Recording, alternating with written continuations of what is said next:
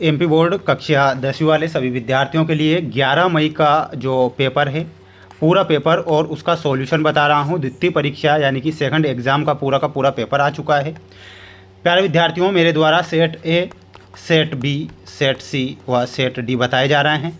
अगर आप इन चारों सेट पेपर को पढ़ते हैं तो प्यारे विद्यार्थियों, मेरा वादा है कि इस बार इस द्वितीय परीक्षा में पूरा का पूरा पेपर छप जाएगा। इसलिए आप इन चारों सेट को अच्छे से याद जरूर करें। चैनल पर जितने भी बच्चे हमारे साथ आज नए जुड़े हैं तो चैनल को सभी बच्चों को सब्सक्राइब जरूर करना है। वीडियो को लाइक ज़्यादा से ज़्यादा कर अपने दोस्तों के साथ वीडियो को जरूर शेयर करना है। आइए शुरुआत करते हैं हमारे उन प्रश्नों से जो आपको परीक्षा में दिए जाएंगे और आपसे पूछे भी जाएंगे। प्रश्न आप देख सकते हैं आपकी स्क्रीन के सामने। ये प्रश्न आपकी परीक्षा में प्यारे बच्चों 100% पूछे जाएंगे, इसलिए एक भी प्रश्न आप ना छोड़ें। पहला प्रश्न परीक्षा में आएगा कि द्विघात बहुपद ax² plus bx plus c के शून्यक अल्फ़ा एवं बीटा हो तो अल्फ़ा और बीटा का मान क्या होता है। प्यारे विद्यार्थियों, अल्फ़ा और बीटा का जो मान है इसमें आपको c/a करेक्ट उत्तर के रूप में बताना रहेगा। ये हमारा सही आंसर होगा। दूसरा प्रश्न आएगा रैखिक समीकरण युग्म a1x plus b1y plus c1 बराबर 0 तथा a2x plus b2y plus c2 बराबर 0 का एक अद्वितीय हल होने की शर्त लिखिए। तो शर्त क्या हो जाएगी? शर्त हो जाएगी a1/a2 बराबर नहीं b1/b2 will be correct answer.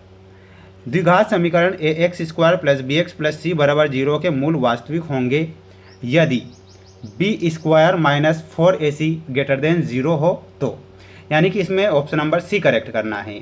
प्यारे विद्यार्थियों, अगला प्रश्न देखिएगा। आपकी परीक्षा में अगला प्रश्न पूछा जाएगा। जितने भी बच्चे वीडियो को देख रहे हैं समस्त विद्यार्थी वीडियो को लाइक कर चैनल को सब्सक्राइब जरूर करिएगा। समांतर श्रेणी 1/3, 5/3, 9/3 और 13/3 का जो सर्वांतर होता है वह क्या होता है? तो सर्वांतर क्या होगा? 4/3 सर्वांतर होगा। किसी समकोण त्रिभुज में सबसे बड़ी भुजा कहलाती है तो वो कहलाती है कर्ण। बिंदु -4, 7 किस चतुर्थांश में स्थित है? तो इसमें आपको लिखना है ये होते हैं द्वितीय चतुर्थांश में स्थित, तो इसमें आपको द्वितीय लिखना है। ठीक है, अब हम बढ़ेंगे हमारे अगले प्रश्न की ओर। अगला प्रश्न है रिक्त स्थानों की पूर्ति कीजिए। मैं आपकी स्क्रीन के सामने, यदि √p एक अपरिमेय संख्या है तब p कैसी संख्या होगी? तो यहाँ पर आपको क्या लिखना है? ये अभाज्य संख्या होगी, तो इसमें आपको अभाज्य लिखना है। रेखीय बहुपद की घात कितनी होती है? तो प्यारे विद्यार्थियों इसमें आपको क्या लिखना है? 1। किसी द्विघात समीकरण ax² plus bx plus c का विविक्तिकर क्या होगा? तो विविक्तिकर होगा प्यारे विद्यार्थियों b² माइनस 4ac। समांतर श्रेणी 7, 13, 19, 205 पदों तक हम जाएंगे तो टोटल पदों की जो संख्या होगी वो कितनी होगी? 34। स्क्रीनशॉट आप ले लीजिए और अच्छे से इन प्रश्नों को याद कर ही लीजिए, क्योंकि 11 मई का ये द्वितीय परीक्षा का पूरा पेपर है। सभी सर्वांगसम बहुभुज भी होते हैं तो ये कैसे होते हैं? समरूप होते हैं, तो इसमें आपको लिखना है समरूप। त्रिभुज आर वाले वृत्त के एक त्रिज्यखंड जिसका कोण अंशों में थीटा है के त्रिज्यखंड का क्षेत्रफल क्या होगा?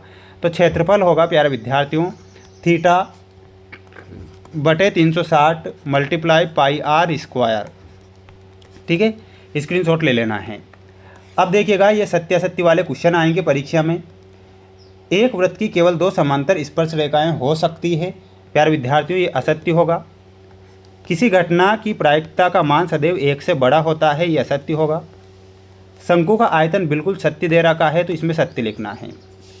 उन्नयन कोण सदैव एक न्यून कोण होता है, ये सत्य होगा।